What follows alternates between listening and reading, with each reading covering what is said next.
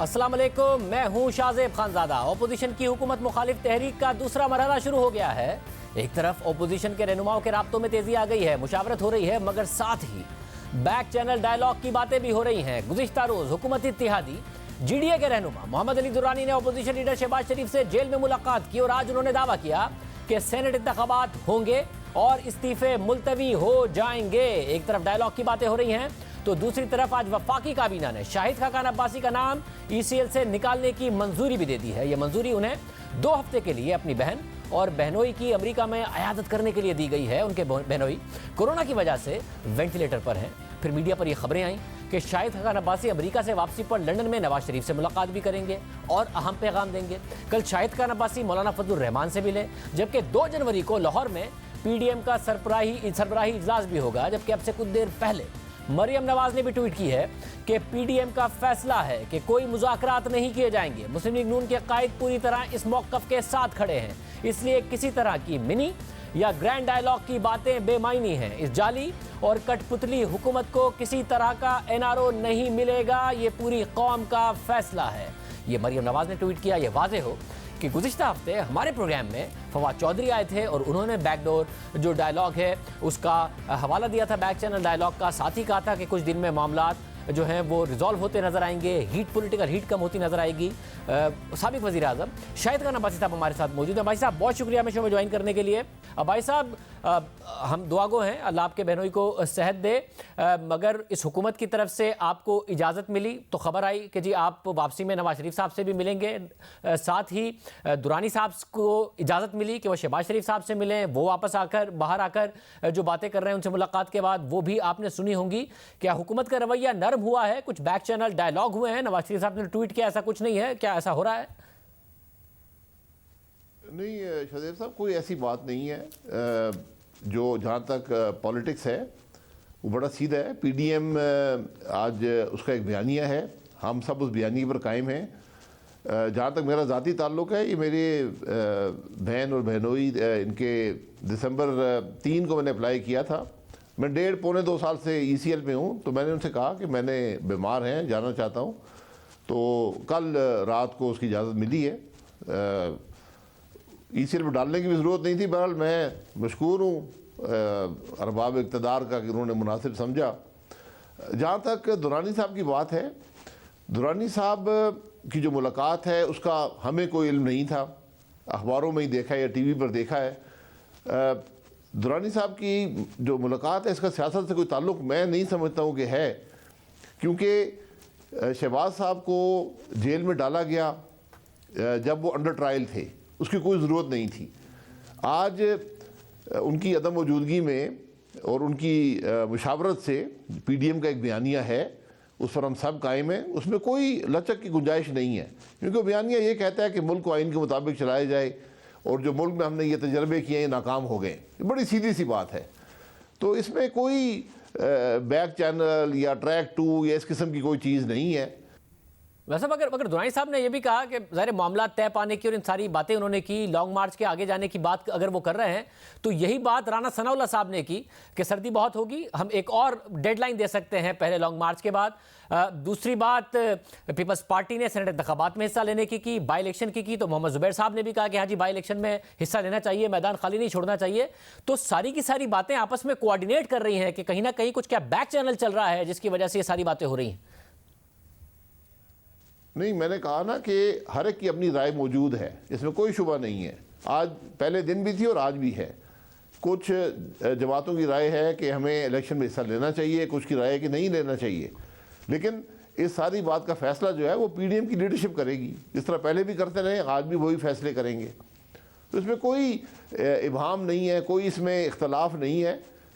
मैं तो सिर्फ एक बात ज़रूर करूँगा कि जिस तरह दुरानी साहब की मुलाकात हुई है और जिस तरह उसकी तशहीर की गई है, ये एक बड़ा अजीब सा मामला है, क्योंकि जेल में मुलाकात तो हुकूमत की मर्ज़ी के बगैर नहीं हो सकती और ख़ानदान को मिलने नहीं दिया जाता।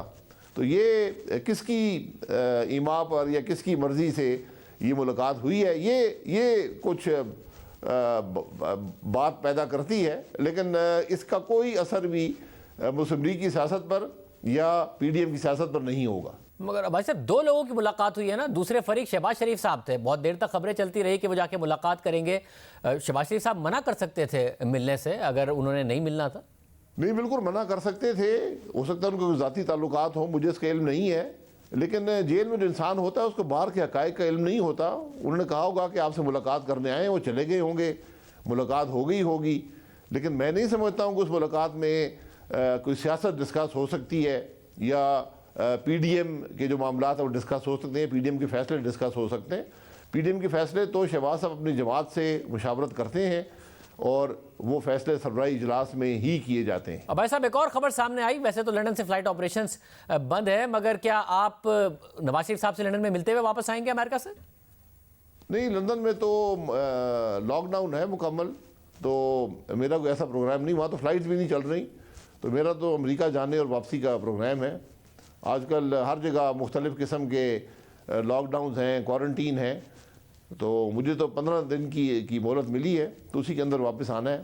तो ऐसा कोई प्रोग्राम है नहीं। वैसे अगर कुछ बैक चैनल नहीं हो रहा और कुछ बदला भी नहीं है, तो आप कल अचानक मौलाना फजलुर रहमान से क्यों मिले? फिर 2 जनवरी की एक मीटिंग भी कॉल की गई है PDM की। अगर पीपल्स पार्टी की वजह से कोई परेशानी नहीं है, बाई इलेक्शन बैक चैनल कुछ भी नहीं है? नहीं, मैं उनसे मिलता रहता हूँ, मौलाना साहब से बड़ा फ्रीक्वेंटली, अक्सर मुलाकात होती है, क्योंकि मैं PDM का सेक्रेटरी जनरल भी हूँ। तो जो कल की मुलाकात थी, ये जो सरबराही इजलास हो रहा है और स्टीयरिंग कमेटी के जो फैसले थे उस पर उनसे मुशावरत करनी थी, क्योंकि वो जा रहे थे डेरा इस्माइल खान तकरीबन 1 हफ़्ते के लिए। तो मैंने कहा एक फ़ेस टू फेस मुलाकात हो जाए तो बेहतर होगा। तो हमारी मुलाकातें होती रहती हैं, उनका कोई स्पेसिफिक पैगाम या मकसद कल नहीं था। भाई साहब, अगर सब अपनी ज़ाती राय दे रहे हैं और बाद में PDM ने फैसला करना है, तो आपकी ज़ाती राय क्या है? बाई इलेक्शंस में, सेनेट इलेक्शंस में हिस्सा लेना चाहिए या नहीं लेना चाहिए? नहीं, मैं मुस्लिम लीग का सीनियर वाइस प्रेसिडेंट भी हूँ, PDM का सेक्रेटरी जनरल भी हूँ, तो मैं ज़ाती राय का इज़हार नहीं करूँ तो बेहतर है, क्योंकि फिर उसको एक जमात या एक तहरीक की राय का रंग दिया जाता है। तो हर एक की अपनी राय मौजूद है, इसमें कोई शुबा नहीं है। मेरी भी राय बदलती रहती है इस मामले में, तो अभी मेरी भी कोई मुस्तकिल राय नहीं है। लेकिन जो मुशावरत होगी, इजलास में जो बात होगी, उसी के मुताबिक फ़ैसला कर दिया जाएगा। बहुत शुक्रिया भाई साहब की राय आपने सुनी। दूसरी तरफ MQM नाराज़ है, मगर आज वज़ीर आज़म इमरान खान का पैगाम गवर्नर सिंध इमरान इस्माइल ने MQM को पहुंचाया है। MQM ने जवाब में क्या कहा है, बात करेंगे गवर्नर सिंध इमरान इस्माइल से एक ब्रेक के बाद।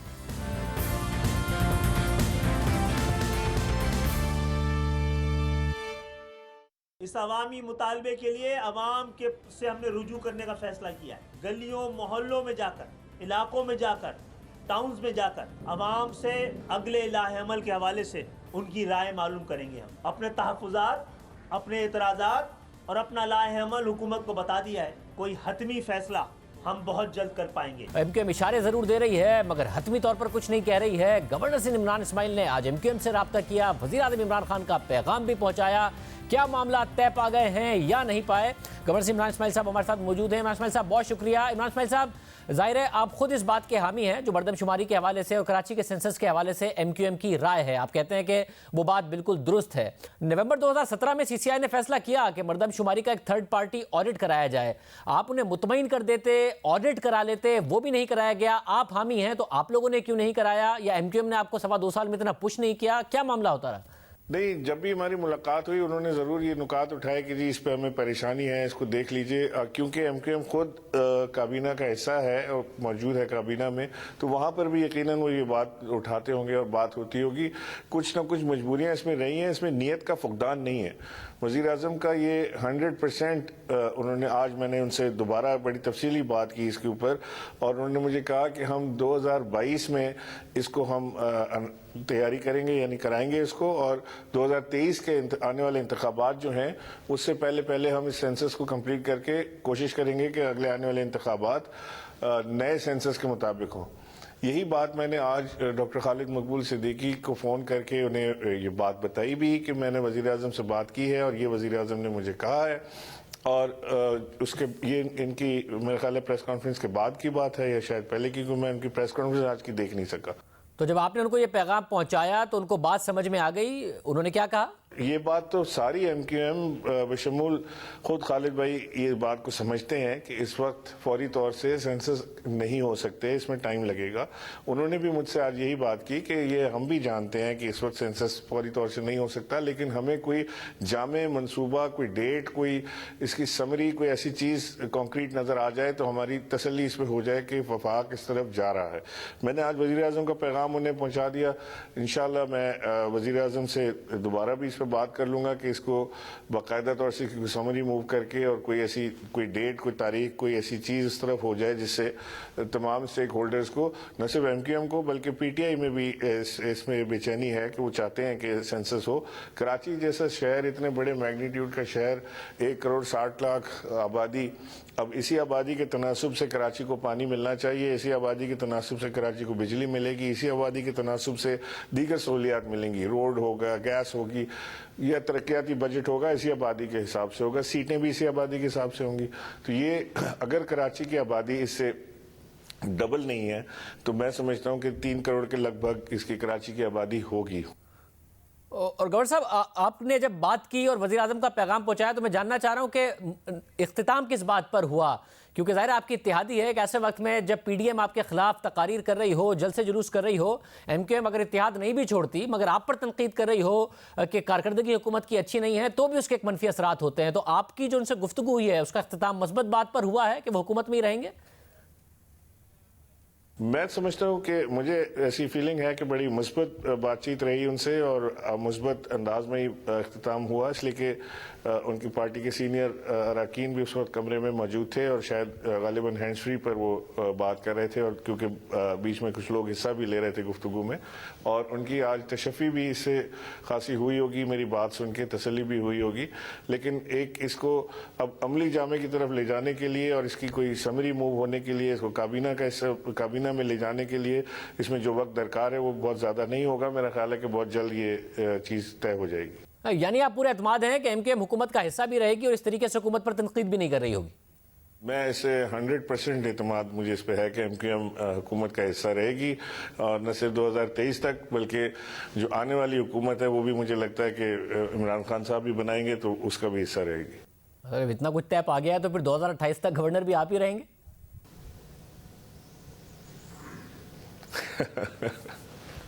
अल्लाह जाने दे। बहुत शुक्रिया, इमरान इस्माइल साहब हमारे साथ मौजूद थे। प्रोग्राम में एक ब्रेक और फिर बात होगी उस हवाले से जो वज़ीर आज़म को रात को बात सोने नहीं देती है, उसका हल क्या है। एक ब्रेक के बाद बात करें। प्रोग्राम में दोबारा खुशामदीद नाज़रीन। वज़ीर आज़म ने एक सेक्टर जिसमें कहा कि जो रात को उन्हें नींद नहीं आती वो पावर सेक्टर है, 2400 अरब रुपए पर जिसका सर्कुलर डेट पहुंच चुका है। वज़ीर आज़म ने यह भी माना कि हमें एक अदाद शुमार दिया जाता है, हम खुश हो जाते थे, बाद में पता चलता था वो दुरुस्त नहीं है, और ये नज़र भी आया है पावर मिनिस्ट्री की तरफ से। कभी कहा गया कि 2020 दिसंबर में हम सर्कुलर डेट को ज़ीरो कर देंगे, फिर कहा गया कोरोना से पहले 14-15 अरब रुपए पर सर्कुलर डेट आ गया था। नेपरा ने जिसकी नफ़ी की कि 38 अरब रुपए से ऊपर तो दिसंबर 2019 में था, जनवरी 2020 जब कोरोना आने से पहले भी 42 अरब रुपए था। तो मुसलसल पावर मिनिस्ट्री के दावे गलत साबित हुए हैं। वज़ीर आज़म इस वक्त इस हवाले से परेशान भी हैं, इस मामले को हैंडल कैसे करना है, क्योंकि हुकूमत के लिए सबसे बड़ा दर्द सर इस वक्त ये सर्कुलर डेट है। और अब अक्टूबर में ज्वाइन किया है वज़ीर आज़म की टीम को ताबिश गौहर साहब ने, जो मामले खुसूसी वज़ीर आज़म बराए तवानाई हैं। ताबिश गौहर साहब इस सेक्टर का तजर्बा रखते हैं कि इलेक्ट्रिक के चीफ एग्जीक्यूटिव रहे हैं। उनकी क्या पॉलिसी होगी कि जो 2.25 साल में गलतियाँ हुई हैं वो गलतियाँ ना दोहराई जाएँ, अवाम को या वज़ीर आज़म को गलत आदाद शुमार ना बताए जाएँ और इस मसले को हल किया जाए। ताबिश गौहर साहब बहुत शुक्रिया हमें शो में ज्वाइन करने के लिए। ताबिश गौहर साहब, जाहिर है वज़ीर आज़म खुद इस मामले को लेकर बड़े परेशान हैं, हुकूमत पर इस मामले पर बड़ी तनकीद हो रही है, आपने अब इस टीम को ज्वाइन किया है। सबसे अहम मामला ये हुआ कि IPPs के साथ MOU साइन हो गए थे और था कि अब जी इसको मुआहदे की शक्ल दी जाएगी और आगे भी बढ़ा जाएगा, मजीद IPPs से भी बात की जाएगी। मगर अब खबर आ रही है कि IPPs को हुकूमत ये गारंटीड पेमेंट वो चाहते हैं कि ब्लैक एंड व्हाइट में बताया जाए कि किस तरीके से उनके जो ड्यूज़ हैं वो क्लियर किए जाएंगे, जो हुकूमत नहीं कर रही है, जिसकी वजह से ये मुआहदा भी खटाई में पड़ गया है। इस वक्त क्या सूरत हाल है इस मामले की? जी शाहजेब, बहुत बहुत शुक्रिया मुझे दावत देने का। जहाँ तक IPPs का मामला है, जैसे आपके इल्म है 53 IPPs के साथ एक MOU साइन हुआ था आज से तकरीबन 4 या 5 माह कबल, और इंशाल्लाह फरवरी तक इसको मायदे में तब्दील कर दिया जाएगा। इस मुआहदे के तहत तकरीबन 836 अरब रुपए का फ़ायदा होगा अगले 15 से 20 साल में, जिसका बराह रास्त मस्बत असर बिजली के नरखों में पड़ेगा। कुछ शराइत हैं IPPs की, उसमें से अवलीन की तरजीह है कि उनके जो बकाया जात हैं उनकी अदायगी का सिलसिला सामने आना चाहिए। तकरीबन 450 से 500 अरब रुपए का अमाउंट है। जैसे आपको मालूम है इस वक्त हम IMF के शिकंजे में हैं, मईशत की हालत बहुत बेहतर नहीं है, अलबत्ता बेहतरी की तरफ गामजन ज़रूर है। तो हमने IMF से बात की है कि उसकी अदायगी का बेहतरीन सिलसिला क्या होना चाहिए। इरादा ये है कि 1/3 जो पेमेंट है वो कैश की सूरत में होगी और 2/3 के PIB बॉन्ड्स होंगे, और इंशाल्लाह जनवरी और फरवरी में ये मामला पाए तकमील तक पहुंच जाएगा। IPPs भी हों या हुकूमत पाकिस्तान हो, हम सब एक ही किश्ती के सवारी हैं और उनको भी अंदाज़ा है कि इस वक्त ज़्यादा बोझ नहीं डाला जा सकता। जब ये पहली पहल हो जाएगी उसके साथ हमने, आपको शायद मालूम है कि जो हुकूमत के अपने प्लांट्स हैं, चाहे वो न्यूक्लियर हों, हाइड्रो हों, RLNG हों, उनके नरखों में भी कमी की जो दरख्वास्त है हमने नेपरा में दायर कर दी है, उससे भी कमी आएगी। और उसी बुनियाद पे 2015 में जो मुआहदे हुए थे बेशमूल CPEC के, उनके नरखों में भी कमी का वक्त आ गया है। हमारी ख्वाहिश है कि चाइनीज़ जो हमारे दोस्त हैं वो भी टेबल पे आएंगे और उसी बुनियाद पे वो बिजली के नरखों में कमी करेंगे, ताकि सही मानों में बिजली के नरखों में कमी आए, जिसको हम चाह रहे हैं 1 से 3 रुपये अगले 15 से 20 साल। जो मुआहदे होते 2015 में औसतन ये 25% महंगे मुआहदे हुए हैं। इसमें मैं ये नहीं कह रहा कि गबन हुआ, लेकिन औसतन ये 25% महंगी बिजली ज़रूर हम लोगों ने के मुआहदे किए हैं। और इसके साथ साथ जो डिमांड ग्रोथ की जो प्रोजेक्शन थी उसके हिसाब से तकरीबन 40 से 50% ज़्यादा बिजली हमने के मुआहदे कर लिए हैं। तो ये एक बड़ा बुनियादी मसला है जो कि बिजली के शोबे को दरपेश है। तो इसकी हमने बात की है, एम्बेसडर से भी बात की है और उन्होंने हमें कहा है कि जो चाइनीज़ कंपनीज हैं उनसे आप बराह रास्त बात कीजिए और उनसे भी दरख्वास्त कीजिए कि जिस तरह 53 IPP जिसमें बहुत सारे बाहर के स्टेक होल्डर्स भी शामिल हैं, उसी बुनियाद पे उनके साथ भी मुआहदा करें, ताकि जो ये सुनामी आया है नई कैपेसिटी का, उसका कुछ अदाला हो सके। आज के दिन इस साल तकरीबन 850 अरब रुपए का टेक ऑफ पे कैपेसिटी चार्ज का बोझ है। अगर हमने कुछ नहीं किया तो अगले 3 साल में ये बोझ बढ़ के 1600 अरब रुपया हो जाएगा और इसका नई मईशत मुतहम्मिल नहीं हो सकती। मगर कुछ करने में अब मसला ये है कि कुछ करने में आप ये इन मुआहदों को रीनिगोशिएट करने के साथ साथ डिमांड का जो मसला है, आपने कहा कि डिमांड से ज़्यादा बिजली पैदा हो गई, मईशत में ग्रोथ की प्रोजेक्शन थी, डिमांड के बढ़ने की प्रोजेक्शन थी, मगर अनफॉर्चुनेटली हुआ ये कि मईशत में ग्रोथ नहीं हुई। लार्ज स्केल मैन्युफैक्चरिंग मुसलसल 2 साल नेगेटिव रही। नवंबर 2018 में हमने 7 बिलियन तकरीबन 7.3 अरब यूनिट पैदा किए थे। नवंबर 2020 में 7.2 अरब यूनिट पैदा किए हैं। क्योंकि जो बिजली की कीमत के 2 कंपोनेंट हैं, एक एनर्जी परचेज प्राइस है, एक कैपेसिटी परचेज प्राइस है। तो एनर्जी परचेज प्राइस तो नीचे आई है नए प्लांट्स की वजह से। कैपेसिटी यूटिलाइजेशन आपके दौर में कम हुई है क्योंकि डिमांड, आपके दौर से मुराद है तहरीक इंसाफ की हुकूमत में, आप तो अक्टूबर में आए हैं, क्योंकि डिमांड नहीं बढ़ी है मुआशी तरक्की ना होने की वजह से और इंडस्ट्री की ग्रोथ नेगेटिव होने की वजह से। देखिए 5 साल में मैं आपको आदाद-ओ-शुमार बताऊँ, अगर 2018 से लेकर 2023 की बात अगर हम करते हैं तो जो एनर्जी परचेज प्राइस आपने बिल्कुल सही कहा, 25% कमी आई है और मुतवक्को है, लेकिन जो कैपेसिटी चार्ज है वो तकरीबन 3 गुना ज़्यादा हो गई है। तो ये एक बुनियादी मसला है। लेकिन जहाँ तक डिमांड की बात है, यकीनन उसमें कमी आई है और ये बड़ी तशवीशनाक बात है। एक तो वजह यह है कि पिछले 10 साल में आप देखिए तो बहुत से जो सनती हमारे सारिफीन हैं वो कैप्टिव चले गए।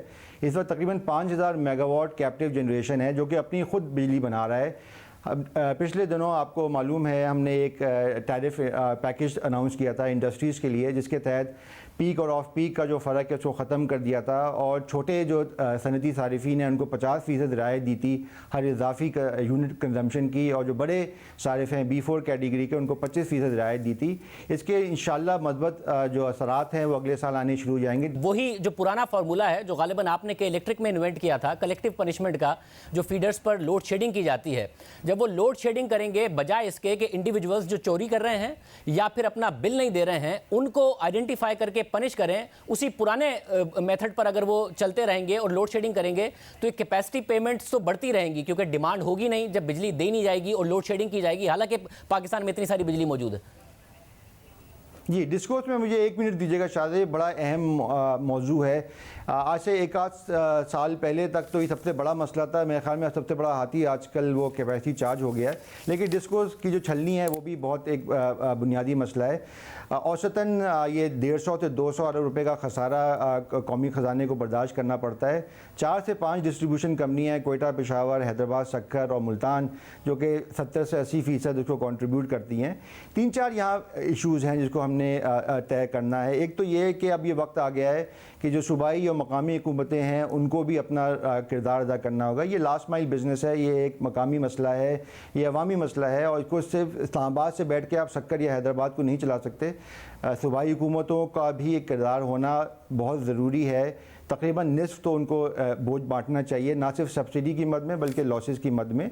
उसके साथ साथ मगर ये जो लॉसेस हैं, जो लॉसेस हैं उसमें जो इजाफा हुआ है ट्रांसमिशन और डिस्ट्रीब्यूशन लॉसेस, वो पेशावर में हुआ है, साथ ही कोयटा में हुआ है, साथ ही ट्राइबल एरियाज़ में हुआ है। तो यहाँ तो तीनों में तहरीक इंसाफ की हुकूमत है जहाँ पर ट्रांसमिशन और डिस्ट्रीब्यूशन लॉसेस में इजाफा हुआ है। सिर्फ कैपेसिटी को अगर ब्लेम करते रहेंगे और इन इश्यूज़ को नहीं एड्रेस करेंगे जो कि खुद तहरीक इंसाफ की जहाँ पर हुकूमत है। जहाँ तक पेशावर का ताल्लुक है, वहाँ पे कोई 21 बिलियन का एक पैकेज अभी अनाउंसड हुआ है, इसकी समरी मूव हो रही है, जिसके तहत टेक्नोलॉजी सोल्यूशन के ज़रिए इंशाल्लाह वहाँ पे लॉसेस कम होंगे। यकीनन वहाँ पे हालात इतने अच्छे नहीं हैं लॉसेस के और रिकवरी के।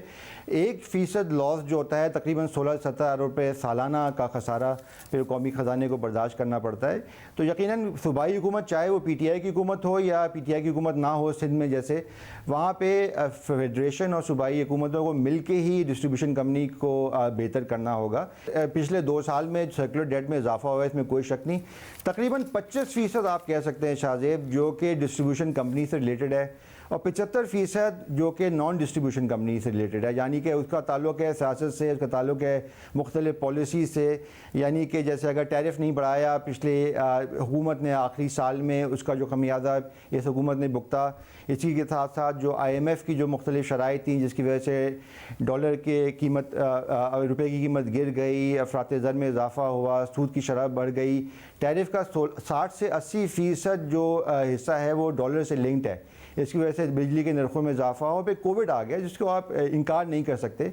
उसकी वजह से तकरीबन 200 से 250 अरब रुपये के बिजली के नरखों में जो इजाफा होना था वो नहीं हुआ, टैरिफ फ्रीज हुआ 2020 में, जो कि सही फैसला था। ज़ाहिर है उसका इजाफी बोझ जब मुश्किल हालात हों तो वाम या अपने जो सनती सारिफीन में मुंतकिल नहीं किया जा सकता। मगर ताबिश साहब, ये जो फोकस है पावर मिनिस्ट्री का कि जी क्योंकि हम कोरोना की वजह से नहीं बढ़ा सके बिजली की कीमतें, इसलिए जो सर्कुलर डेट में कमी लानी थी उस हिसाब से नहीं ला सके। मसला ये है कि ऐसा लगता है पावर मिनिस्ट्री का अब तक का फोकस ये रहा है कि जी बिजली की कीमतें अगर हम बढ़ा दें तो सर्कुलर डेट में कमी आ जाएगी। हालांकि ये नजर आया है कि बिजली की कीमतें बढ़ाने की वजह से डिमांड कम हुई है, तो जो कैपेसिटी यूटिलाइजेशन है वो कम होगी, तो कैपेसिटी चार्जेस तो आप और ज्यादा देंगे। डिमांड बढ़ाने पर फोकस नहीं रहा है पावर मिनिस्ट्री का अभी तक। नहीं, डिमांड बढ़ाने पे फोकस तो अब आ गया है। जैसा मैंने कहा कि कैप्टिव को वापस लाना है सिस्टम में प्राइसिंग सिग्नल के ज़रिए, चाहे वो गैस की प्राइसिंग सिग्नल हो या पावर की हो।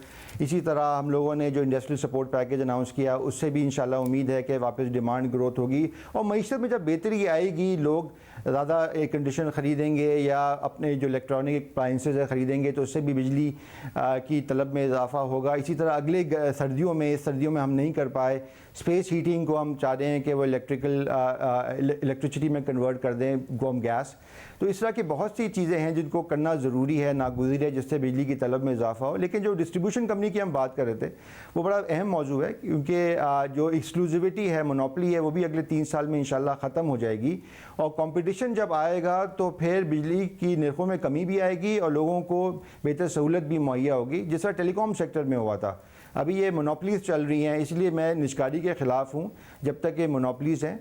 और आपने जिक्र किया कलेक्टिव पनिशमेंट का, यकीनन ये एक एक्सपेरिमेंट था आज से 10 साल पहले, जिसमें मैं भी शामिल था जब मैं इलेक्ट्रिक में था। लेकिन ये 10 साल के बाद ये पॉलिसी में कन्वर्ट हो गया है मुल्की सतह पे, जो कि नहीं होना चाहिए।